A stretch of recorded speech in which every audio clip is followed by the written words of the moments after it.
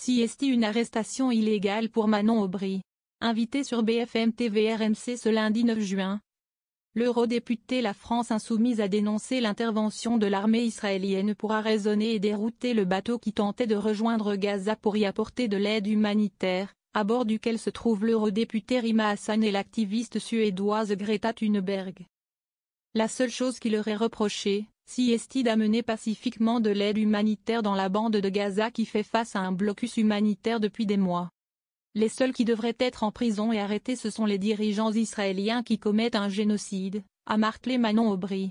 Selon l'eurodéputé, l'arrestation des 12 passagers du bateau est illégale au regard du droit international à plusieurs égards. D'abord parce qu'ils ont été arrêtés en eau internationale, ensuite parce que ma collègue Rima Hassan bénéficie de l'immunité parlementaire, a-t-elle avancé. J'interpelle la présidente du Parlement européen pour lui demander d'agir, pour demander la libération de l'ensemble de l'équipage, a ajouté Manon Aubry.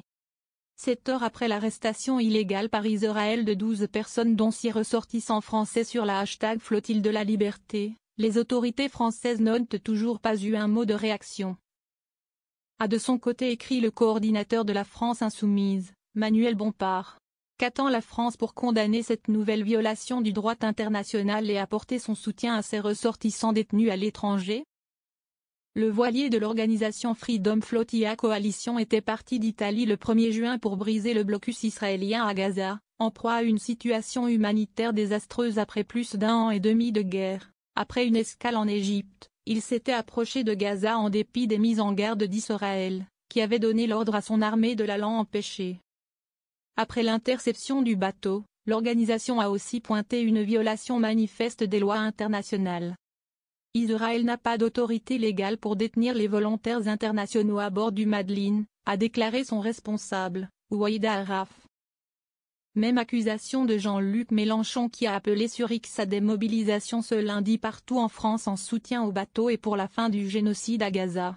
Un appel auquel s'est joint Manon Aubry, appelant à un rassemblement à Paris place de la République à 18 h pour demander à la Commission européenne et à Emmanuel Macron d'agir.